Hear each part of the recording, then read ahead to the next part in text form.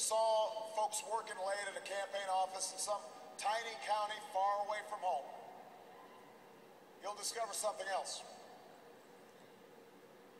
You'll hear the determination in the voice of a young field organizer who's working his way through college and wants to make sure every child has that same opportunity.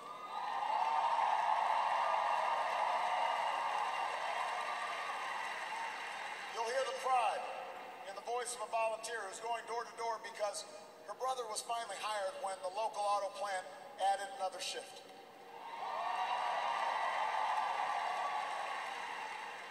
You'll hear the deep patriotism in the voice of a military spouse who's working the phones late at night to make sure that no one who fights for this country ever has to fight for a job or a roof over their head when they come home.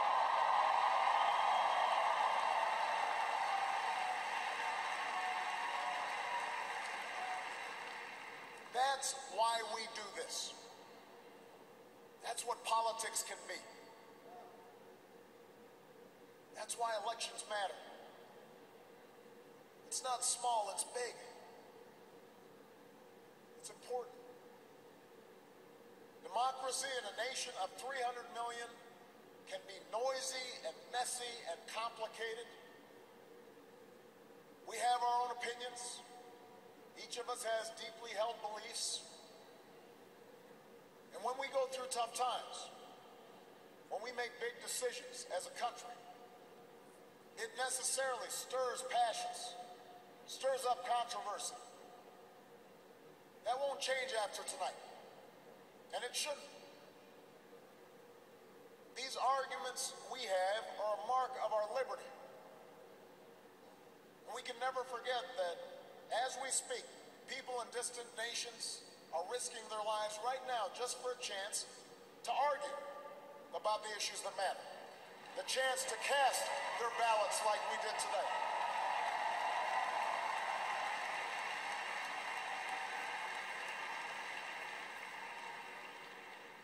But despite all our differences, most of us share certain hopes for America's future. We want our kids to grow up in a country where they have access to the best schools and the best teachers. A country that lives up to its legacy as the global leader in technology and discovery and innovation, with all the good jobs and new businesses that follow. We want our children to live in America that isn't burdened by debt, that isn't weakened by inequality, that isn't threatened by the destructive power of a warming planet.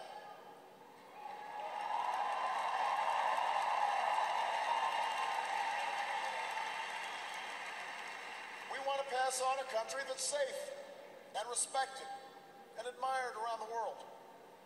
A nation that is defended by the strongest military on earth and the best troops this world has ever known.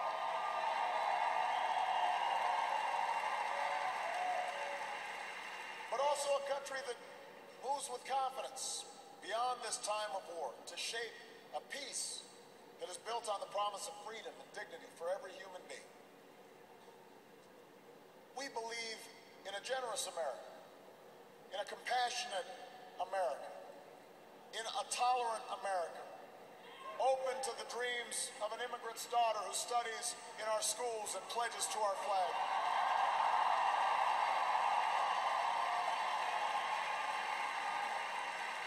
To the young boy on the south side of Chicago who sees a life beyond the nearest street corner.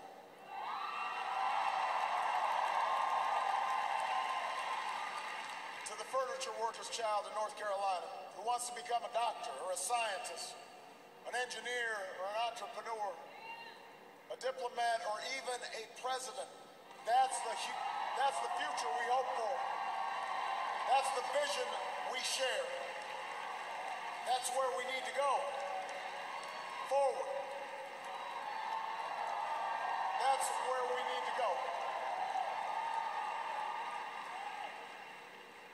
Now, we will disagree, sometimes fiercely, about how to get there. As it has for more than 2 centuries, progress will come in fits and starts. It's not always a straight line. It's not always a smooth path. By itself, the recognition that we have common hopes and dreams won't end all the gridlock, or solve all our problems, or substitute for the painstaking work of building consensus and making the difficult compromises needed to move this country forward. But that common bond is where we must begin. Our economy is recovering. A decade of war is ending. A long campaign is now over.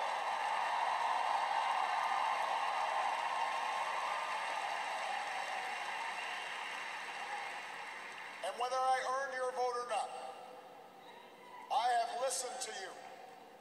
I have learned from you.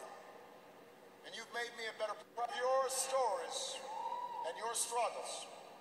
I return to the White House more determined and more inspired than ever about the work there is to do and the future that lies ahead.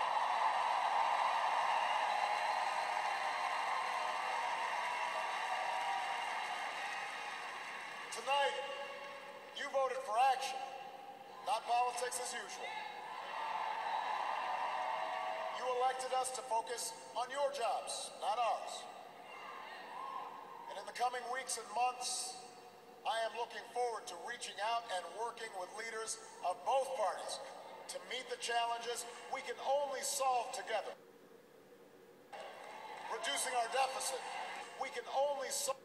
Freeing ourselves from foreign oil, we've got more work to do.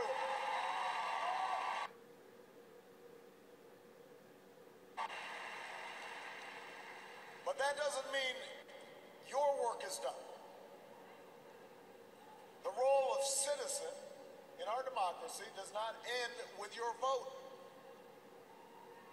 America's never been about what can be done for us. It's about what can be done by us together through the hard and frustrating but necessary work of self-government.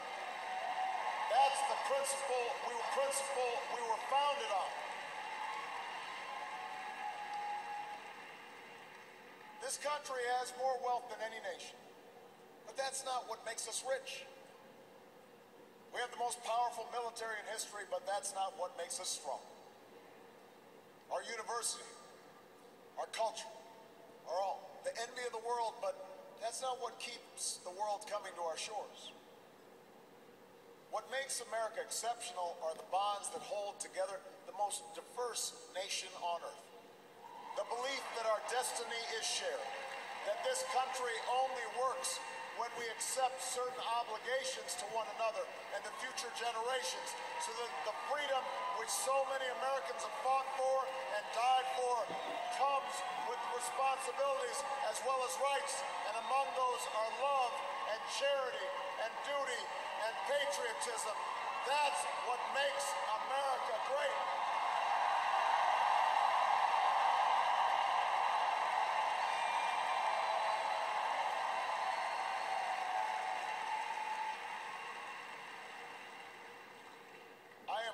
Tonight, because I've seen the spirit at work in America.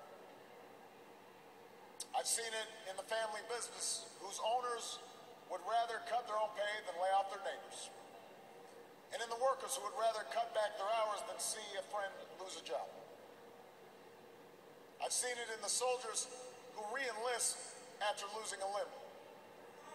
And in those SEALs who charged up the stairs into darkness and danger because they knew there was a buddy behind them watching their back.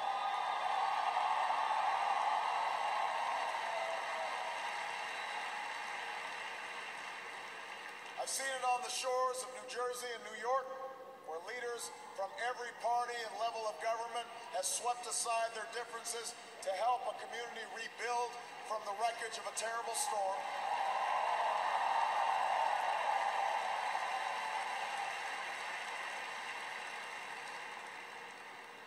I saw just the other day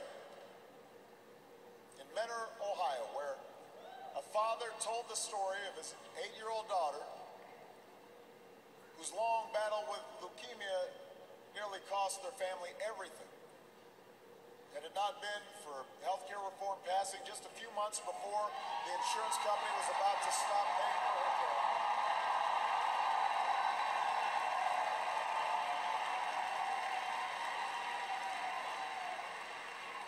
I had an opportunity to not just talk to the father, but meet this incredible daughter of his. And when he spoke to the crowd, listening to that father's story, every parent in that room had tears in their eyes.